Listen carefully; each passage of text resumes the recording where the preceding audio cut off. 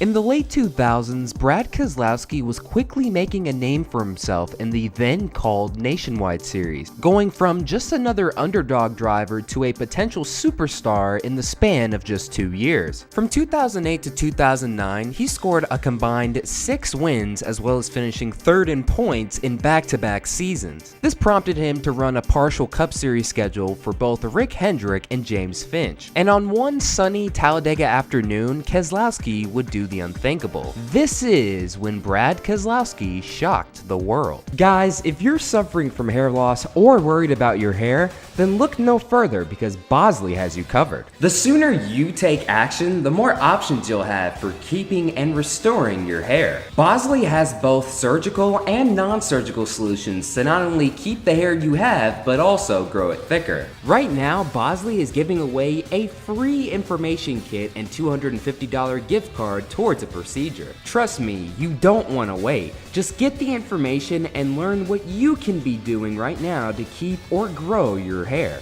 There is a reason millions of men and women have come to Bosley for the answers to their hair loss and hair restoration questions. People trust Bosley. They are truly the leaders in hair restoration.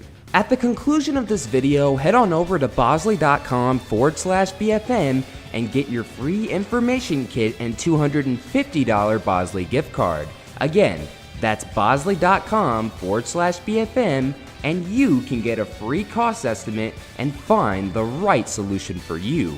Once again, a huge thanks to the fine folks over at Bosley and you for supporting this channel. April 26, 2009 was set to be another thrilling Talladega race. That year's running of the Aaron's 499 would be Brad Keselowski's 5th career Cup Series start. With Hendrick Motorsports providing motors for the team, Keselowski would put in a solid qualifying run starting in 9th, with his Nationwide Series boss Dale Jr. right behind him. However, the team would face adversity right before the first lap. They would have to forfeit their top 10 starting spot due to an engine change. Right from the drop of the green flag, it was obvious that whoever had a Hendrick motor was going to be a threat all day. This was apparent when Dale Jr. right on lap 5 took the lead. He quickly surrendered it because within the first 10 laps, it got extremely racy. Among most of the top 30, the field was running 3 wide throughout. Being aggressive this early usually doesn't work out, and on lap 7,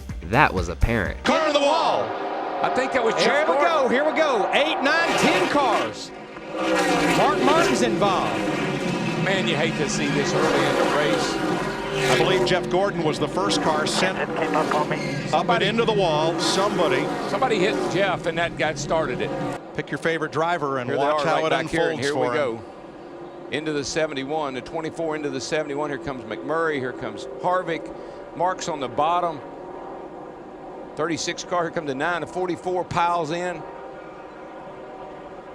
Bobby Labonte, nice job to get on the brakes and miss it.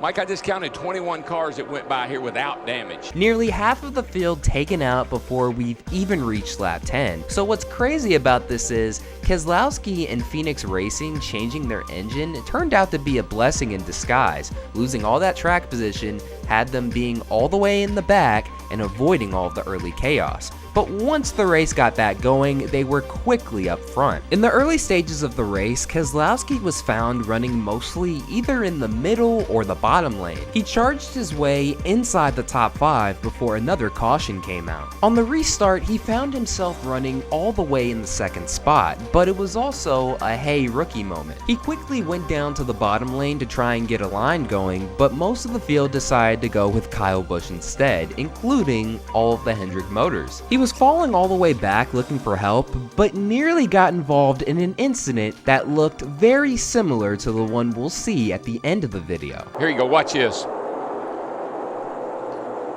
That is Brad Keselowski, yeah. They jumped by him because he was real slow in the middle there, but...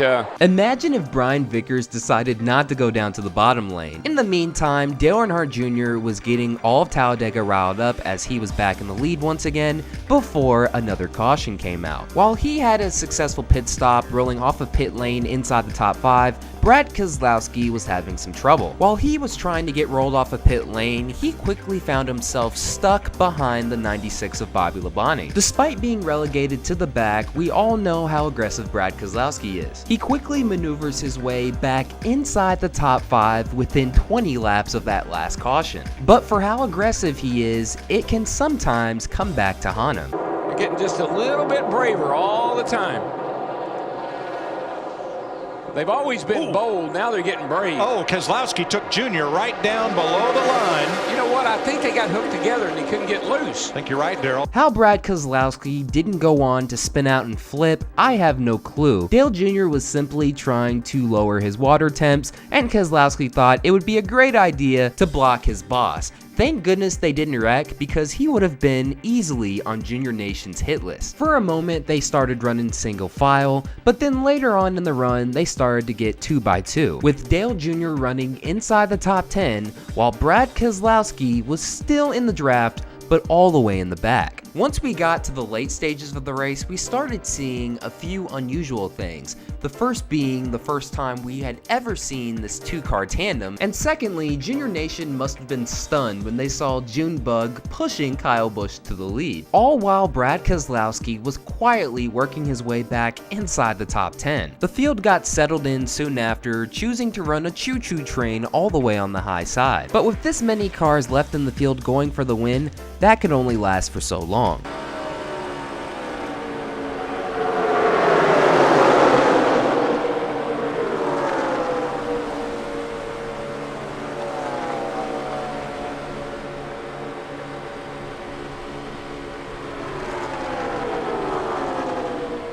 Now here they are once again. Now watch, they're going to get a run on him. 17's out there, but he's all by himself. Dale Jr.'s going to have to get up there. Oh, he turned him. Yikes. Truex on the bottom. Truex can't save it. Oh, no. Pushes around.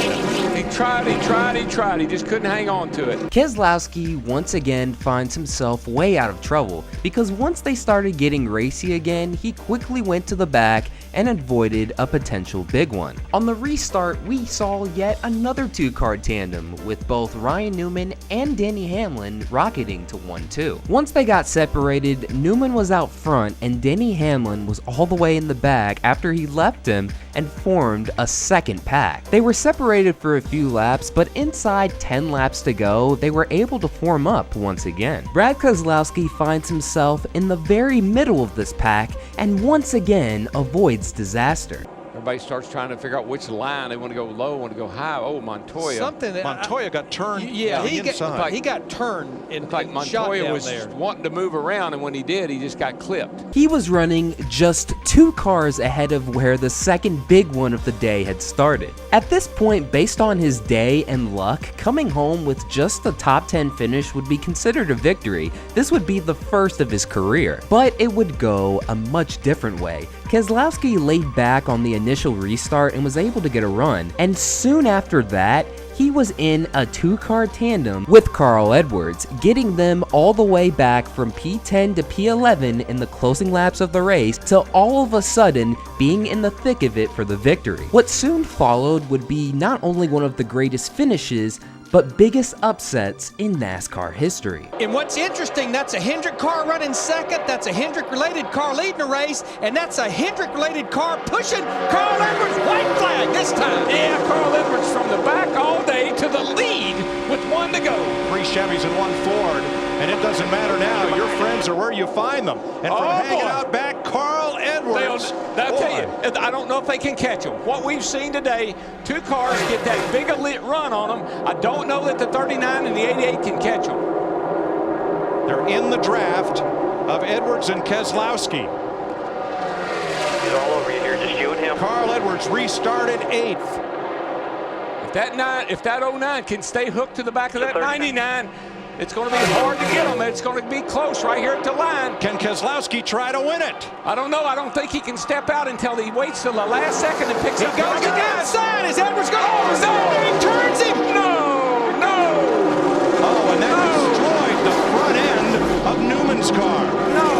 Edwards will not make it to the flag. Oh, Brad Keselowski won this race. After avoiding all the chaos throughout the day, a 25-year-old Brad Keselowski scored his first career Cup Series victory. And what made this even better is that his Nationwide Series boss, Dale Jr., finished runner-up. He was congratulating his protege on his victory, and Kyle Busch just happened to be in the way. But of course, some of the fan base was screaming, "Oh, he wrecked him, he wrecked him." Keselowski refused to go below the yellow line after Edwards blocked him because, in his words, NASCAR puts us in that box. He knew that putting his wheels below the yellow line at the tri-oval would lead to a penalty, so he has to choose one of two options.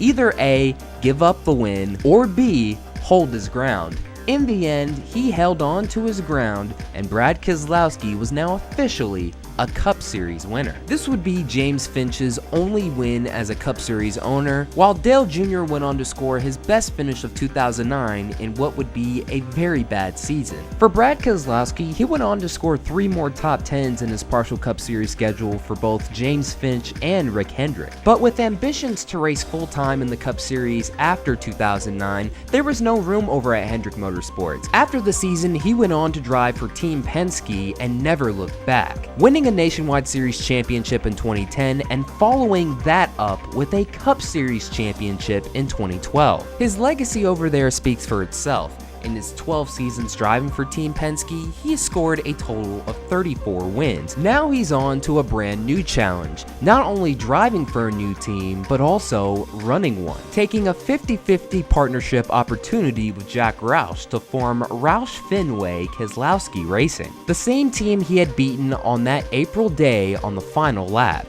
It's funny how things come full circle. Today, he is without a doubt a future Hall of Famer, but NASCAR fans will never forget the day that Brad Keselowski shocked the world. And once again, that'll do it for another video. Thank you guys so much for watching. This is Black Flags Matter. Catch you next time.